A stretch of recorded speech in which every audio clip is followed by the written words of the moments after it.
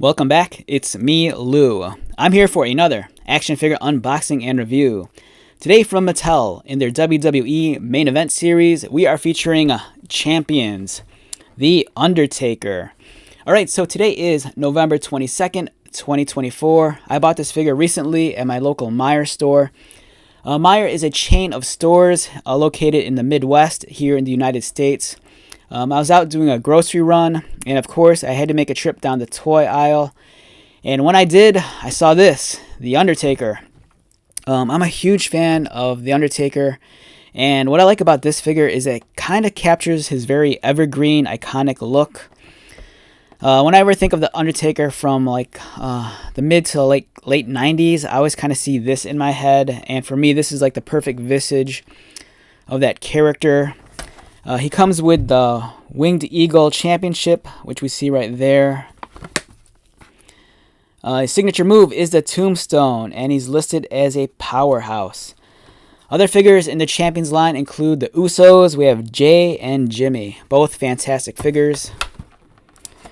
So let's get started. Oh, man, I am so digging this figure. It looks incredible.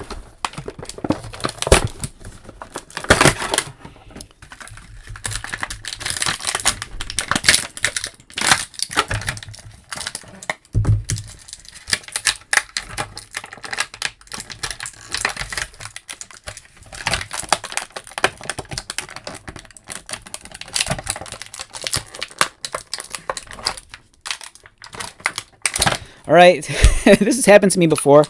Just a word of caution, removing the belts.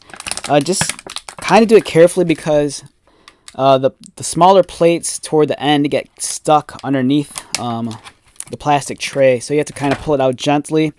If you yank it out too hard, you risk damaging the belt right here. So just exercise some caution. Speaking of the championship, this one looks awesome. For me, this is kind of like the championship that was kind of floating around when I was watching pro wrestling late in high school and early into college. Really well done. A nice shade of gold with some blue highlighting for the globe.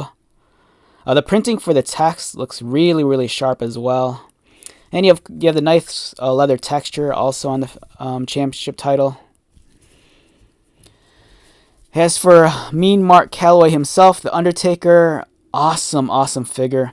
I kind of wish they'd do like a variant or chase version of the figure where he has like the eyes rolled up into his head, so he kind of has like that blank evil stare. I think that would have been fantastic. Part of me kind of feels like maybe the hair color is a little bit too light. I kind of feel like they should have went maybe with a slightly darker shade of brown. Because he's kind of had those moments where his hair almost looks black. Beautiful tattoo work. His gear is very vintage Undertaker with the torn sleeves on the button-up shirt. There's some nice subtle wrinkles and folds, for a much more realistic presentation. The head sculpt it's really well done. He kind of has that, if you look carefully. Let me adjust the lighting just a little bit, bring it down a little. If you look carefully on his brow, he kind of has those wrinkles. So he kind of has that trademark furrowed look when he's like staring down his opponents. He has the gray gloves. Maybe in the future we might see a repaint with the purple ones, who knows. And then he has the gray boot coverings as well. A much taller figure. This guy stands in at about 7 3/4 inches, which is appropriate for The Undertaker. Taker is a very tall wrestler. But despite his size, excellent performer. He really steals the show anytime he's on camera. And let's kind of balance out the colors a little bit. There we go. This looks a little bit nicer. You can kind of see the detailing in the brow like I was talking about. The presentation's really well done. Excellent figure. In terms of Taker's articulation, his head swivels. The hair pieces do hinder the movement a little bit, but they're somewhat flexible.